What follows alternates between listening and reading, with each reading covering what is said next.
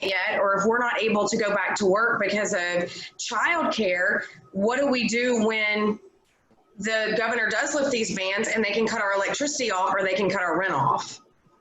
So it's it's just that scary because it's a whole new wave of people that, again, none of us, like, Mr. Swope said a minute ago, ever thought we would be looking at something like this. And now the of it are going to last years and years and years. And I'm praying, like I'm sure so many others are, that we never, that there's not an increase of this come November again, or a spike in it. So that's kind of where we are at. We're serving over 200 people a week with food and hygiene as of right now.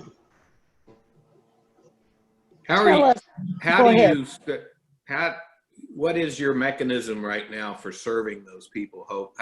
Do they come to the location? How does that work? So they come to our location, we see them through the door because we can't let anybody into the building. And so what we've done is, normally when we would do food and hygiene, they would have to provide to us some type of, like, here's my 30-day income that I've had, here's my bills, here's whatever. And our case managers would sit down with them and try to help them, kind of sort through, like, let's see if we're spending too much on cable, let's see if we're doing like that. Right now, it's basically everyone's getting food because we just prayed about it, and we just felt like, we have a system called Charity Check that we put them into.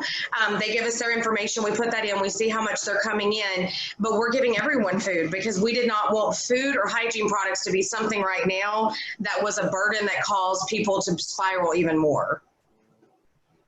Mm-hmm. When we do the utilities, when we open that back up in June, and the rent, basically what we'll do for that is, if someone comes in and says, I need rental assistance, I've applied for unemployment, they're going to have to show us, obviously, that they've applied for it. Like, there's some different demographics and things like that they have showed us to be able to pull up on the unemployment site to make sure that no one in their payment history has gotten that. But we're treating everyone right now as just neighbors, especially when it comes to food, because, we're here to help. We're here to be a helping hand, and this is more than we ever thought that we would be having to do in a time like this. What about those that don't have transportation? Do you have anything that you can do in those cases, or? So the ones with transportation, some things that we have seen is, we have had calls from people that say, listen, I'm in the age category, I can't get out. Like, I'm afraid to get out, but my neighbor's willing to come for me. We have them write a letter, and their neighbor brings it to us, and they're able to pick it up. We also have some other resources in the community that if they literally can't get to us, we can reach out to them and they can get them food to them. So do you partner with some other like Warm Blessings? Do you partner with them in terms of their senior meal service, or one of the things that I've been thinking about, and we have been so fortunate to have Danielle Heron Lovell speak with us the first week, and then we had Krista Schaus with United Way. Yeah. And so we're hearing the same needs, and I'm wondering how all of this fits together, so people, what kind of partnerships you have in place with these other groups, because it sounds like the needs are pretty much the same. So how do people not fall through the cracks and know where to go? So with United Way's side, they have that 211 feature. I don't know if she talked to you guys about that. Okay, so you guys are aware of that. So a lot of times, like I said, if it's something like that, we know that Warm Blessings can help them, or like Memorial Methodist has the one through the Wesley Hilltop House that they are delivering meals to seniors. We can contact each of these places. Just like if we see, we had a situation, here's an example. We had a situation the other day that I don't know how the landlord was able to come to a person and say, you're 30 days late, you've got to go. And we can't do anything right now until that ban, but we were able to partner with someone else through community action, and they were able to like stabilize that position to keep it to where that landlord could not do it. So it's kind of like, I feel like we all reach out to each other in certain circumstances like that if it's something like the other day, we had a woman that needed diapers. We had so many there, but we didn't have enough to last her a month. So we called Clarity and said, hey, this is the situation. We need help with right now with this.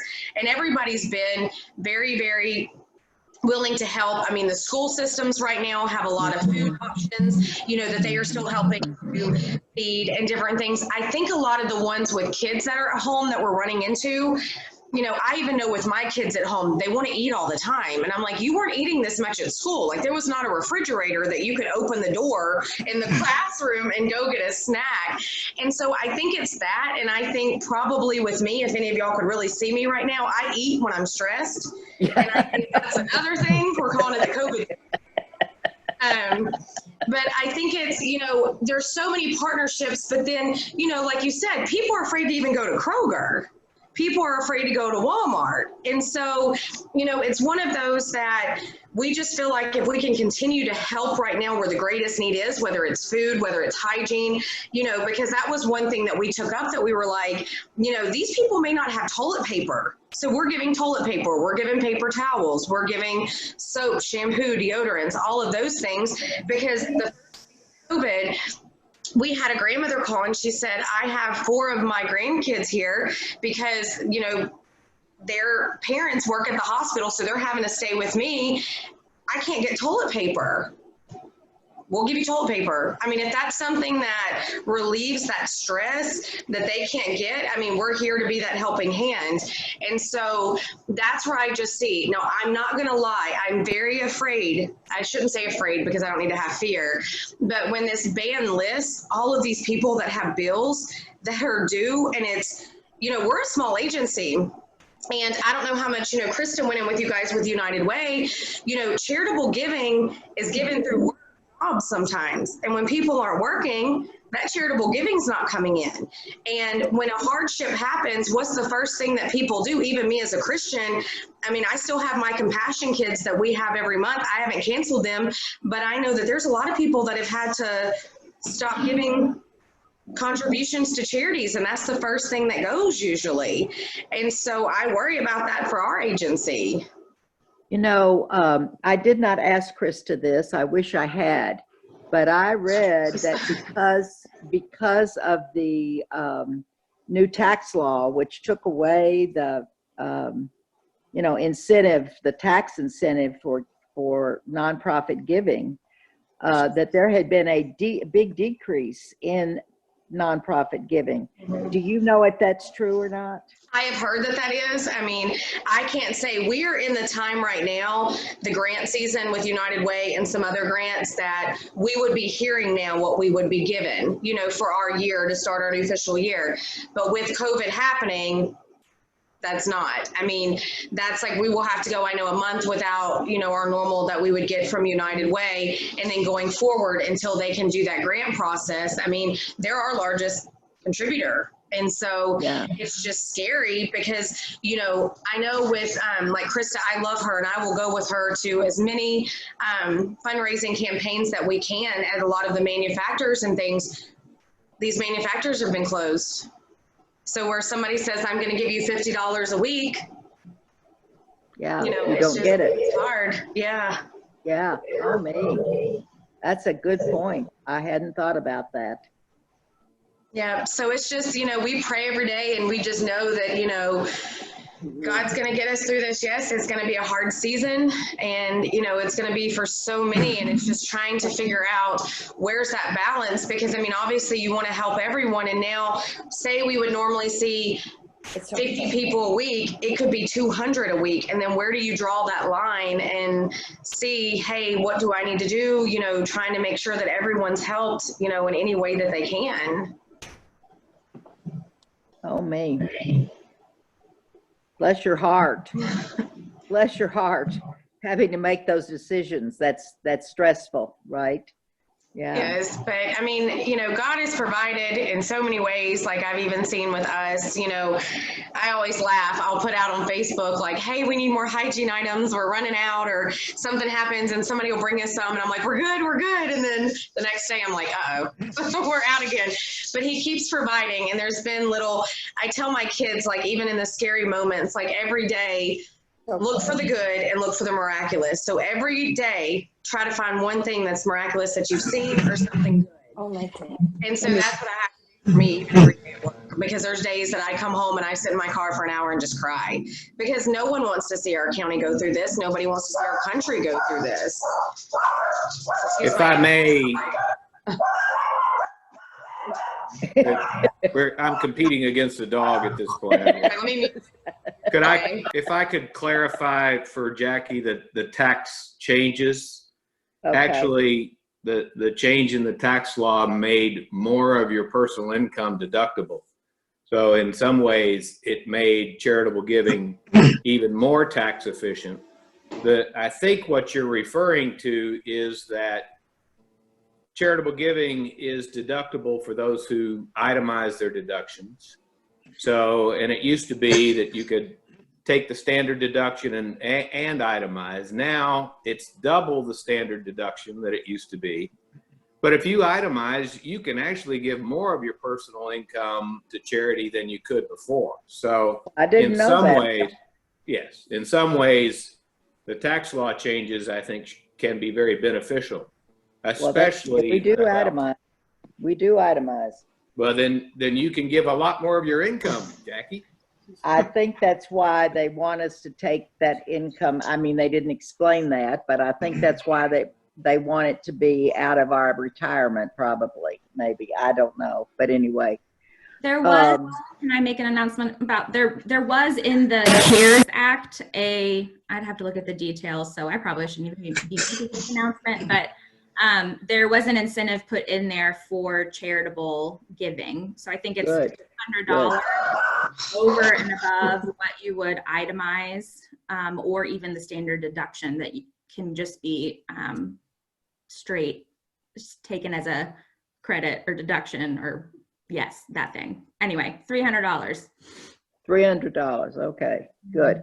Now, you say you need Hope, if somebody wanted to give you said you posted on Facebook that you needed more hygiene items. Yes, ma'am. So what do you want? Would you prefer having things, or would you prefer checks, or what? What is the best kind of donation to you if we wanted to make one? So for me, I'm learning, and this is something that God's teaching me, is sometimes you just have to ask.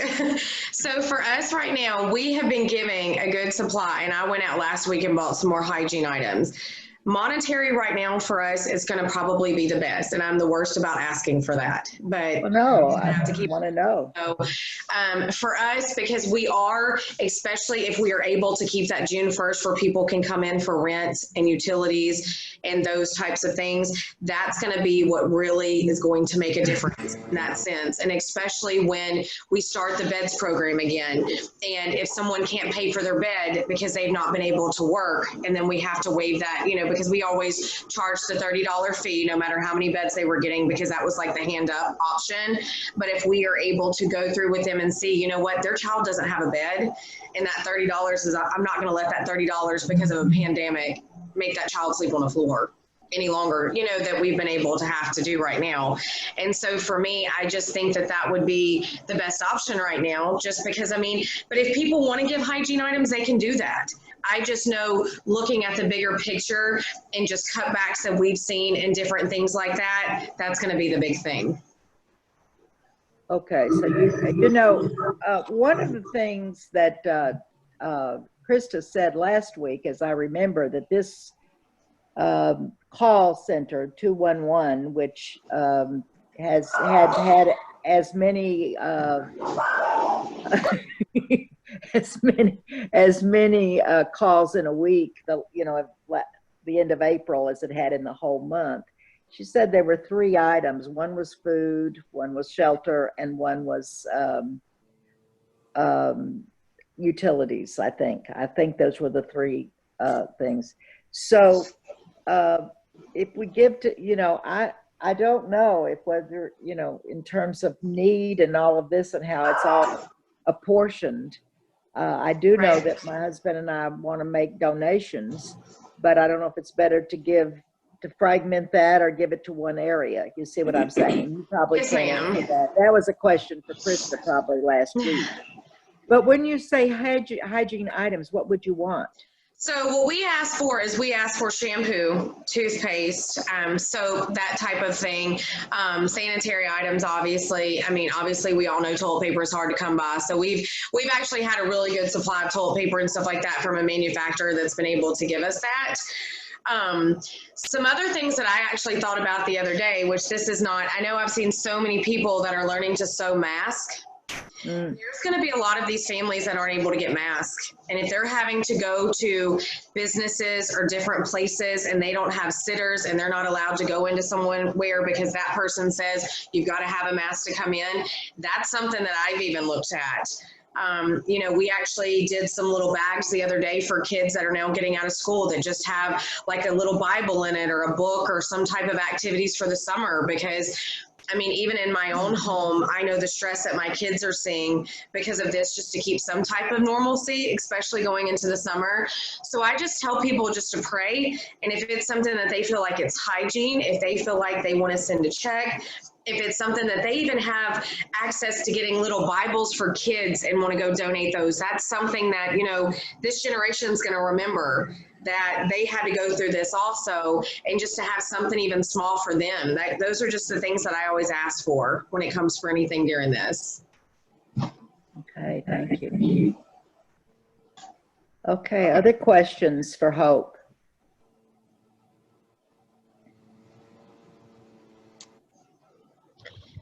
Hope, this is Cynthia Miskey. On the average, how many kids are you seeing that are coming through?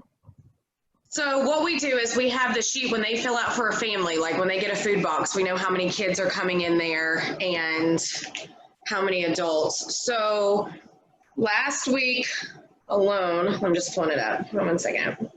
So here's an example. I don't know if y'all can see this. You probably can't, it's fine.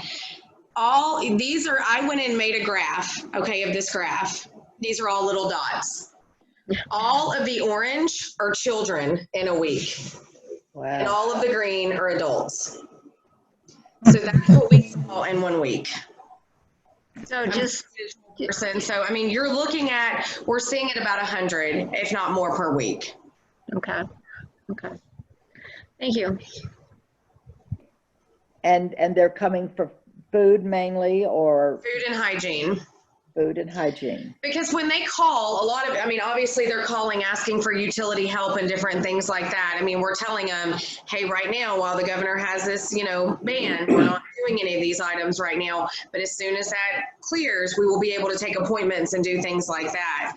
I think a lot of, I don't know with the school system, forgive me for not knowing because I get so many emails too a day like Mr. Swope was talking about and trying to like go over them. I'm not sure. I know in the summer the schools used to do like at the pools and different areas, they would do lunches and things. I don't know how that's going to work this year, obviously, since those places aren't open. But we also try. We had, I think it was Lay's about 2 months ago donated us, or right at a month, donated a bunch of chip products and different like fruit snacks and stuff like that. So when we know that they have kids, we try to put extra of that stuff in there just to get them through with those things like cereals and different things versus the normal like, you know, canned beans or something, just to kind of give the kids extra, you know, something in there. And like I said, we went through some things of like coloring books and just different things just to give them something to have.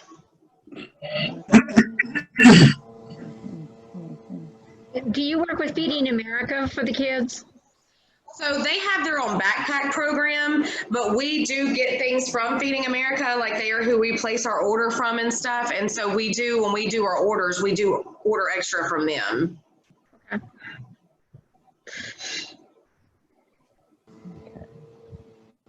Hope, this is Bob Swope.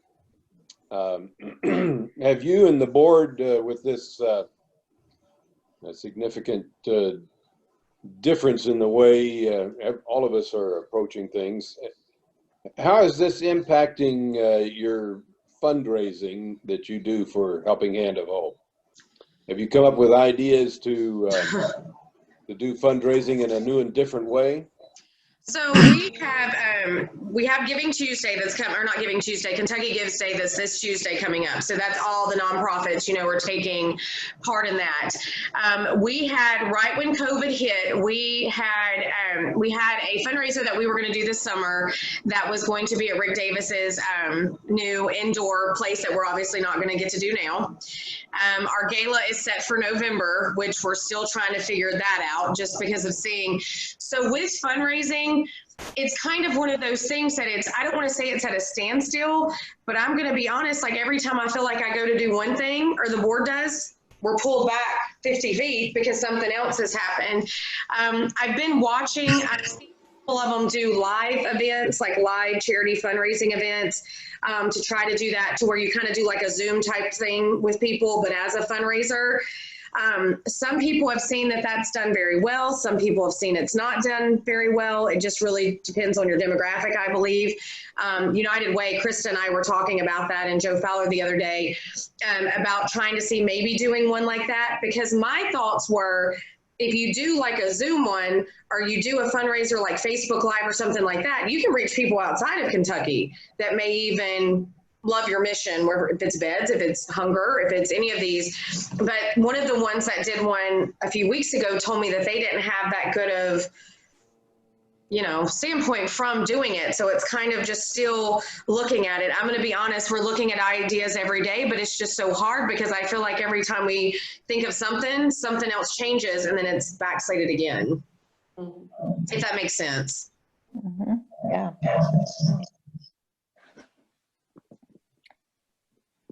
Hope, if to mail a check, what address do you want to use for that? So for ours, it's P.O. Box 642, and that's Elizabethtown 42702. 02, okay. Yes, ma'am. Is that on the website? Yes, it is, and it's on our Facebook. But it's hard, and then I feel like too, Bob, one thing too is, like I told you, I hate asking for money. I hate asking for all that, which everybody's like, you got to get over that, Hope. And I'm like, okay. But then I feel like so many of us are right now that it's hard, because I feel like we're all fighting that same. And I'm like, I want everybody to get help. Like, I want us to get help. I want, Mission Hope for Kids. I want Clarity. I want United Way. I want Feeding America. And it's just, we're all struggling in that sense right now that it's like we're all being pulled, I feel like, but we all work together. So I always say it takes a village, and the village needs help right now during COVID, but it's how to get that village all the help they need. Mm-hmm. Jackie, go ahead. No, you go ahead, whoever that was. Oh, it was me. It's Chelsea. I had a crazy idea. And maybe this is something that's already taken care of through the schools, but my husband and I have a 4-year-old, and we've both been working full-time from home. And I was just thinking, even for myself, like how nice it would be for like someone just to make dinner, and we have an immense amount of privilege. I thought about, the families that are facing so much more stress than we are. Is there a way, and again, this was just a crazy dream I had, of helping sponsor families? Maybe there's a catering business or somebody who could cook alone in an industrial kitchen, sort of like E-Town meal prepping. Okay, so they're a business, but like, how could we get warm meals to families? Again, I know they're taken care of food-wise through Feeding America and all that, but the additional step of having it prepared might be a blessing to families in this time. I don't know. I mean, that's something I'd be interested in contributing to if it's a need. I mean, it may not be a need, but all of it's a need. It's just, I'm trying to think of maybe, like you said, if we did something like that, or any of the, agencies doing something like that, how you do it to where you say, okay, we're going to say 50 families or 100. And then if you get hit with 1,000 families that need it, how you decide who gets that. and how you decide who, you know what I mean, is the greater need of something like that. I mean, it could always be something that if the meals were made or something, like having it at an agency where we do, it's right after Thanksgiving, we have a gentleman that donates hams and turkeys to us. We do it the way. And it's kind of, they do a drive-through through our parking lot, and once it's given, it's given. Like we have 400 of each, and once those are given, that's it. I mean, I hate to say it, you almost would have to do it in a sense like that, because you wouldn't want it to be like, oh, well, we picked these people over these people, or, you know, get so bombarded with thousands of calls, and then, well, I couldn't get to the phone in time, or your line was busy, or, you know, you just run into those where, but I totally get that. And I mean, I totally understand, and that's something that's good. And when you said that too, not that this would be done right now, but like Bob was talking about fundraising, how cool would that be that all these families home, what if you could get a business to make meals that would take them, I mean, again, your social distancing, dropping them off, you know, how you do it, people to buy in to have a meal cooked for them, and that money go back into a nonprofit. Yeah, yeah. Because I mean, I don't want to cook right now. Yeah, yeah. Yeah, me either. And I mainly about, you know, for the families facing just terrible, but maybe we could work with a school or something, and that would be a way to limit it. We can. The problem right now is it's going to be getting with the family resource because they're out of school now. So it would have to go through the family resource. And the thing about it is they're the ones that give us the contracts for the beds for children's, because they know the kids and they know the families. So they know that these families may be in something like that. But I would be willing to coordinate with you guys something like that if that's something that you all felt strong, like as a church family or as a Sunday school class, to want to try to take on something. I mean, I'll do whatever I can to help as well. And that is something that we could try to do. Cool. Well, this is the first time mentioning it, so I don't know if anyone else is interested. I'm always open to any idea. I mean, right now I look at it like it's a pandemic. We do what we can do. You know, do it now, ask for forgiveness later if it doesn't work out too well. You know, but I mean, it's helping families. I mean, yeah, I just thought if I really need this and I can afford to order takeout 3 times a week, you know, what about these families? You know, and I know they're getting staples, right, from school, but I think that they still are, but again, I don't know how far into the summer that they will be. I know that food stamps have been extended, you know, where like if anybody was on food stamps, I don't know so much as the ones that were now needing food stamps. Like, I don't know if that's kind of like unemployment, like, are they put on a, you know, I've not heard that form yet. I've just heard about the stimulus and the unemployment. I think they still provide food during the summer for needy families. Okay. I know that they're still doing the backpack program. I do know that that's going on. I don't know how long that goes on for. I just know that we've had some Army National Guardsmen helping us, and some of the other National Guard are at Feeding America doing those backpacks. Okay. So that there is food being delivered to some schools. Ma'am? I just said I know that there are deliveries of food. I'm not sure the sources, I mean, where they go, some to the schools and maybe some to churches, but you'll see the school buses out every day delivering the food for students. Right. And I know that the Hardin County Schools, I think it's Hardin County Schools, yes, they have the thing with John Wright that they are doing the meals for seniors also. They're doing that also along with the kids, because I know that they just got a big grant to be able to continue to do that, because they wanted to make sure that some seniors were having hot meals be able to be brought to them. That's good. I don't know if this is consistent with what you're saying, Chelsea, but Ann just pointed out that within a block of the church, we have some low-income housing. And if we just wanted to prep a lot of meals and ask no questions and just show up, kind of obviously announce, but say, hey, we're going to be pulling through the parking lot there on such and such a date. And if anybody would like a pre-done meal, that might be a thought. Yeah, because you guys aren't too far from me, like, so I know where you're talking about. And another thing is if you guys did decide to do that, I know some other low-income housing that's around here that I know that some of the churches have done before, like with trying to help with Thanksgiving meals and stuff. So if you needed some more contacts with that, I could get you that. Chelsea, if y'all decided to take something like that on, I could help you because I know the neighborhood that you guys are talking about with the church. Okay, wait till about noon, okay? Okay. I hate to cut off this discussion now, but you have given us hope. It's been wonderful to hear you, and I can hear the love and concern you have for your clients and God's people just in your voice. I can also hear the stress that's there because you're so close to it. And some of us, as my husband tells me, I live in a bubble now that I'm retired. And so we need to learn from you and hear from you. So thank you so very much for being with us. And I'm sure that there'll be some responses. I know I'm going to respond this afternoon. And I'm sure there'll be other ones too to you.